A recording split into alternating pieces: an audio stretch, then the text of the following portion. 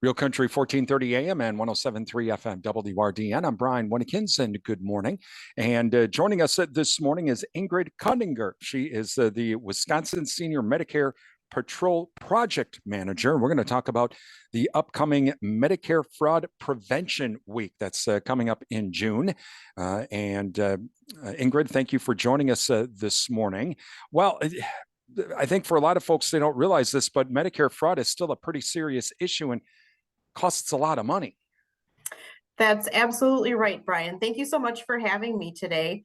Unfortunately, we do have to have Medicare fraud prevention weeks on an annual basis because the fact is that the fraudsters and the scammers have really figured out a way to impact negatively the Medicare system.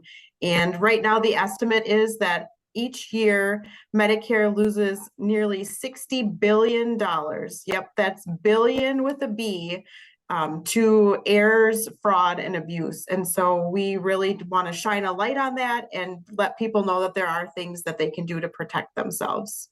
Medicare Fraud Prevention Week here coming up the week of June 5th. How are these scammers getting this $60 billion? What are some of the things that they do to get this money? Great question. They're really good at what they do. Obviously, they're impacting Medicare negatively, but there's just a lot of companies or individuals that are working unethically.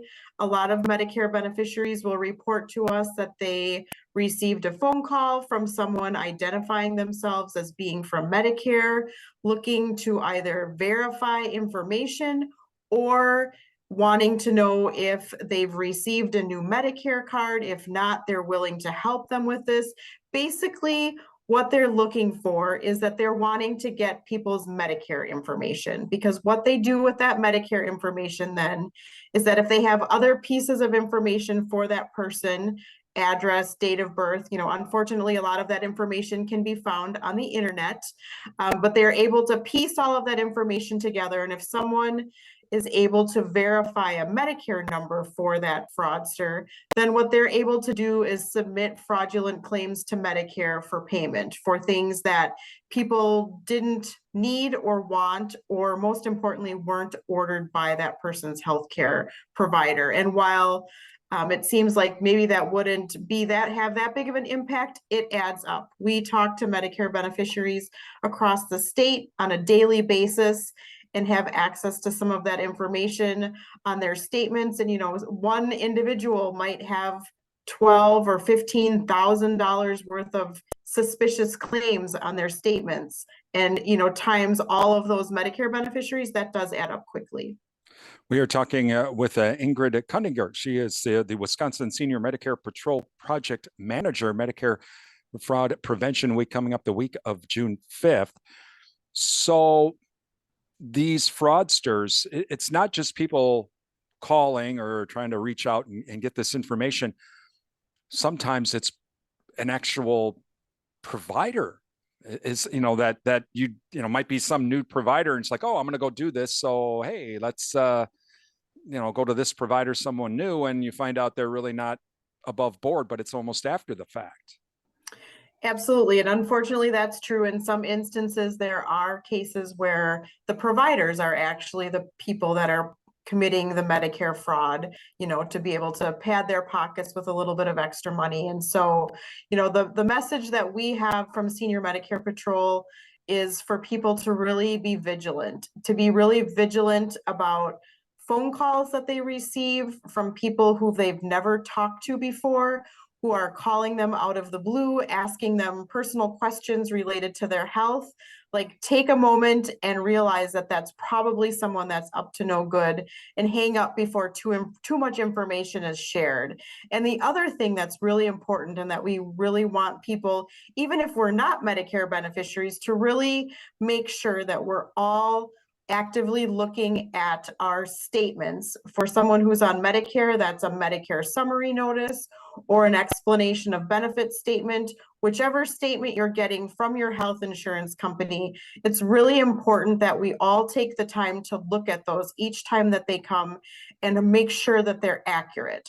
The fraudsters, they 100% hope that we don't look at those, because if they have submitted faulty claims and no one ever blows the whistle on that or asks questions, they're going to keep doing that. So those are two of our main messages that we're constantly sharing with people, is to really, unfortunately, the world that we live in right now, we can't assume that everyone on the phone is who they say they are. And so please know that Medicare is not calling people.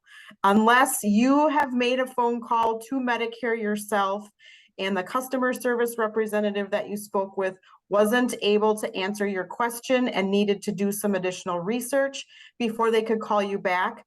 Otherwise, Medicare is not calling you. So if someone calls and says they're calling on behalf of Medicare, that's a red flag. And my suggestion would be to hang up the phone and let that call go. If you think, maybe that was Medicare, like dig out your Medicare card, look at the 1-800 number, call Medicare yourself directly and ask them if they were making phone calls. 99.9999% of the time, they didn't make that phone call to you.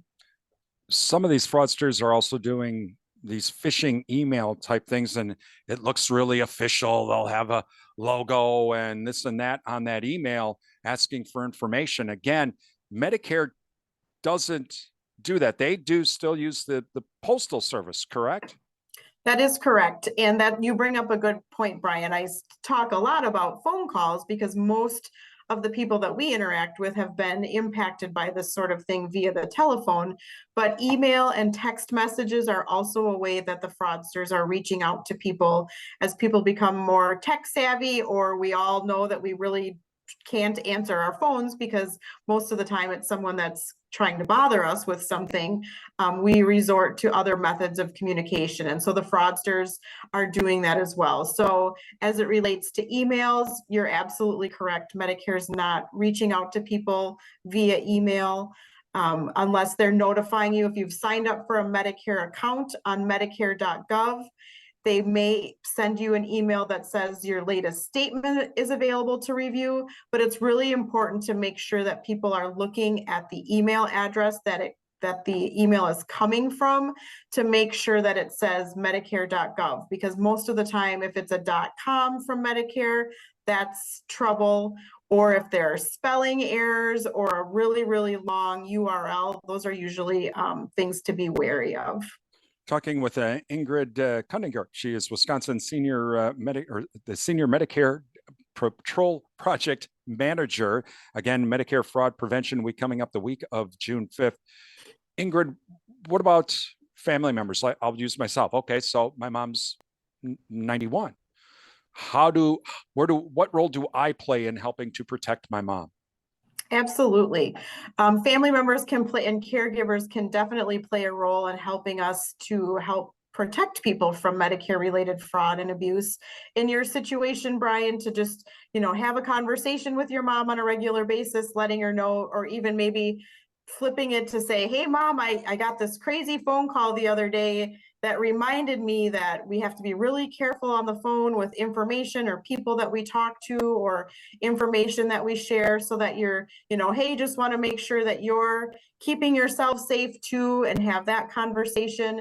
And then also, like I mentioned earlier, just maybe being a part of or asking or checking in or reviewing some of those statements with your loved one, just to make sure that they're accurate. The Senior Medicare Patrol, we also have what's called a My Healthcare Tracker, which is like a small notebook that would help people keep track of doctor's appointments and other health related information. If that's something that, if you don't have a system or you're looking for a one-stop shop for that sort of information, either for yourself, if you're a Medicare beneficiary, or if you're a family member who is helping a Medicare beneficiary, you can certainly request a copy of that from us. That's available at no charge.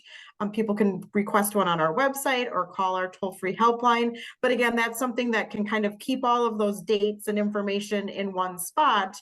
And then we also encourage that if you're using that healthcare tracker or something similar, then that's a tool that you would use when you did receive those statements, to at least make sure that the dates match for all the appointments that are listed on that, or all the claims that are filed on your statement, so that the dates match and the providers match, which will just help make that whole process a little bit easier for you.